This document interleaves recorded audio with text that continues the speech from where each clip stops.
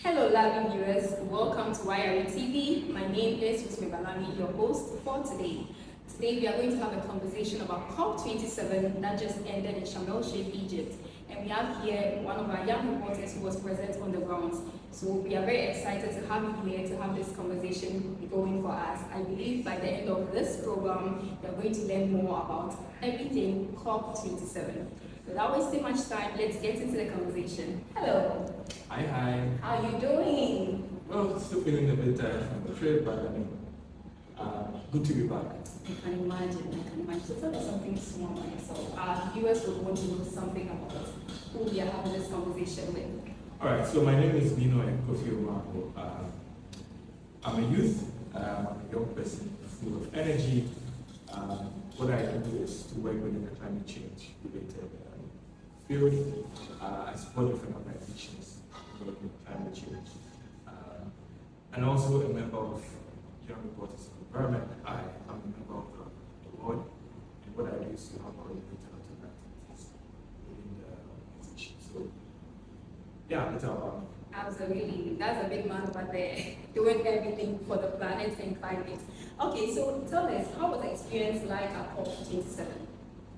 Well, I wonder if I find a word to perfectly explain the experience, but I think that it was good, one, because having worked on the field for some time, at least for 5 years, it was good to be at the conference because it gave me better context about my work. And so that's, for me, my first experience, because it's like the largest gathering of everybody working on climate change issues, and really better understand what the COP is about. I mean, when you go to the COP, you understand that it's not just a COP, it's not just one of these conferences. There's a number of things that happen. What I divide now that happens at the COP is three things. So first is a conference, which is like the negotiations that countries are gathering. So the 190 countries come together and discuss on climate policy. So policies, decisions that we are going to do to be able to achieve climate change and limit emissions, so that we can all have a better and safer planet. That's one aspect. The other aspect is side events, meetings, which are also important in shaping the discussions and outcomes of the COP. And it helps other people to also bring in their knowledge and their experience so co-sharing and knowledge building. And the other aspect which can be removed, for me, people will typically remove that, but the activists, the people who are on the ground, ensuring accountability, raising their voices, so some of the very relevant things to be added in the COP process. So, yeah. Wow, that looks like a series of packed events over there. Yeah. So, right now, tell us, as young people, before the COP, there were concerns and people were calling for young people to get involved and all that. Do you think that was achieved by the COP 27? I think from my COP experience, I think climate activism sometimes doesn't let you acknowledge some of the breakthroughs that we make within the discourse.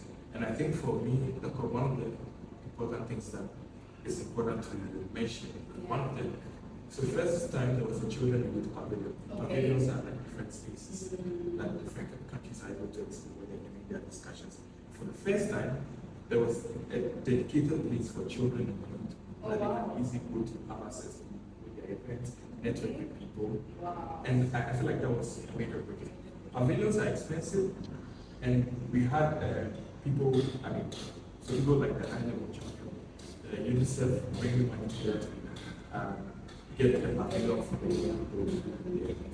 So that was one of the major breakthroughs. And also there was an envoy on youth specifically dedicated to COP27. That's another breakthrough. You had the UN Youth Reports Office and the UN bodies also very dedicated. Yeah, last thing to mention also, young people at the COP came up with the cover text decisions. So the decisions are like the major outcome, writing outcome. Young people were able to come up with that text draft and send to the main COP process for it to be adopted. To have a young people position captured in the COP27 draft. But that's it. Okay, that's it. Then it seems our calls were really low. Yeah, of course.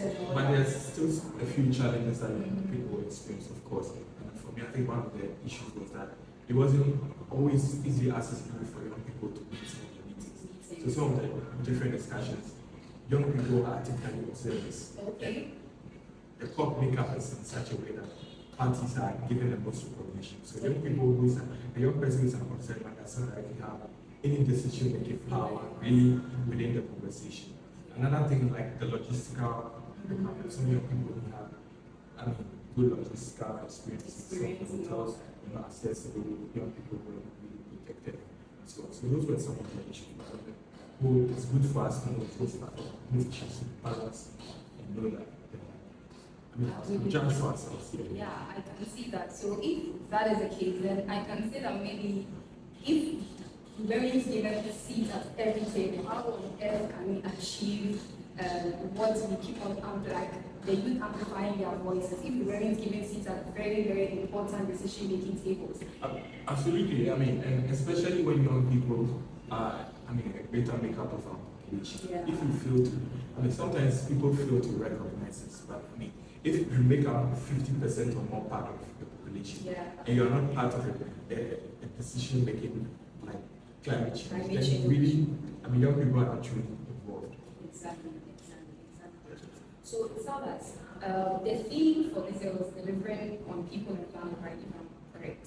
Okay, so do you think that at the COP you were there, you observed everything that went on? Do you think these leaders had that zeal and that passion to indeed deliver on their promises? Again, I must say from experience that COP process is not so easy. Imagine you as a family, 5 members of your family, having to come at a consensus on one thing. Just imagine, it's not easy. And this is 198 countries coming together to make a decision for themselves on a particular issue. So, of course, there will be different agreements, disagreements.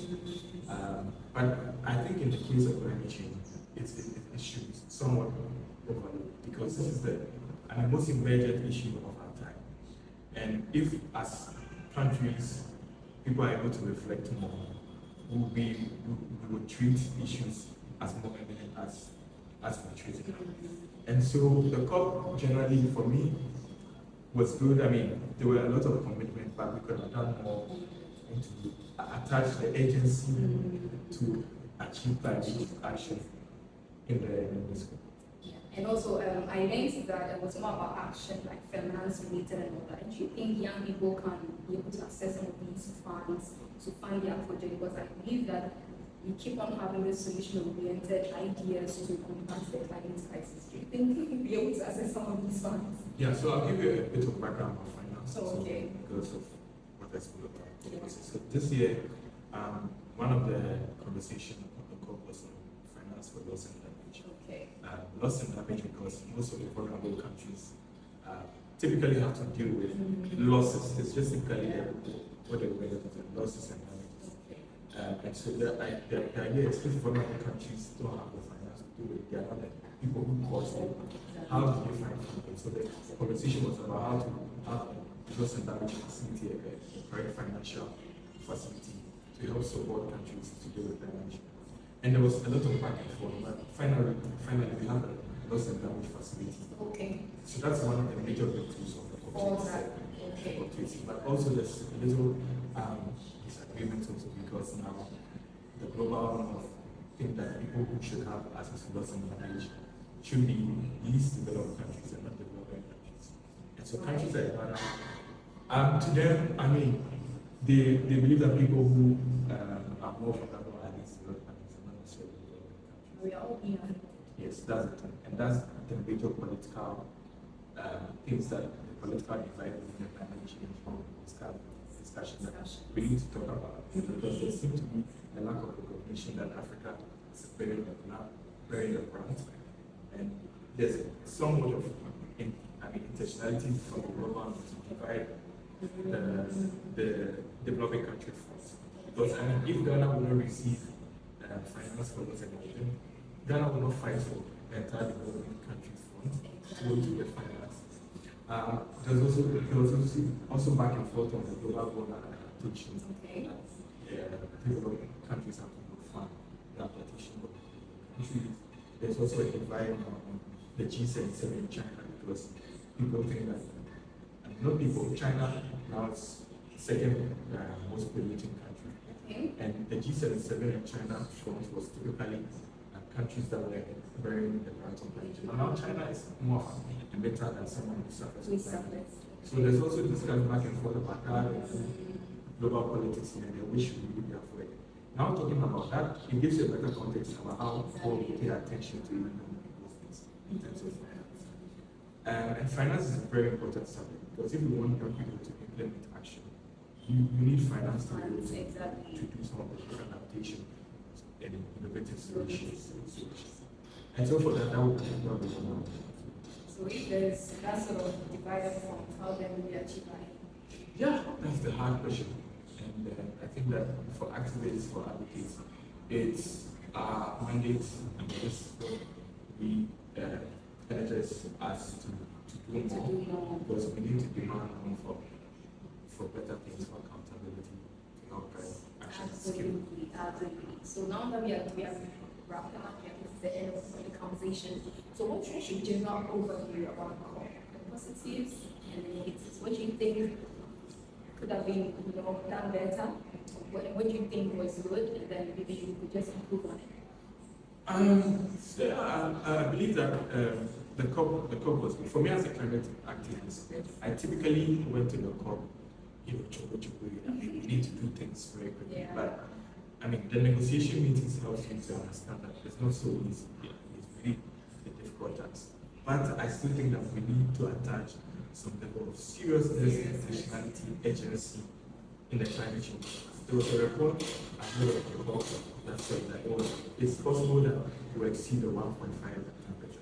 What does this mean for climate change? If we exceed 1.5, our life is ruined. Everything. So bad. It's disastrous if you think about it. And I think that we need this sort of reflection beyond the COP27 in some of the actions that we do as a country, as individuals, as organizations, like where even in our report to help tell the kind of stories that we say. Absolutely. Thank you so much. So, this is the final question. What would you tell young people out there? They are all looking like you. What would you tell them in terms of this whole climate battle we are fighting over there? What are your advice to the young people out there? Okay, so you say that young people are looking at me, I'm looking at young people. So, I mean, I think that everybody needs to understand that climate change is the most important, one of the most important issues, if not the most important in our lives. I mean, we really need to think about the fact that if we don't do something, every solution matters. Whether you are a teacher, whatever, you're a young person involved in innovation, we need everything as skill. We need to bring every solution on board. It doesn't matter what we are doing, but every role that we play as human beings will help contribute to make things better. And so that's what I encourage young people. Let's work together. Let's support each other to make our future better and safer. Absolutely. Let's support each other to make our future brighter. Thank you so much, Nii Noi, for gracing this program for us and then giving us your insight. It's good to always hear from that sort of on-ground experience, and then we had that with you. Thank you so much for having this interview with us. So this brings us to the end of today's episode. Indeed, we need to do better. Dear world leaders, we are running out of time, and we need you all to come together and implement policies that will help and benefit everyone. Thank you all so much for watching. Once again, my name is Valani. Catch you on our next episode. Bye. Okay.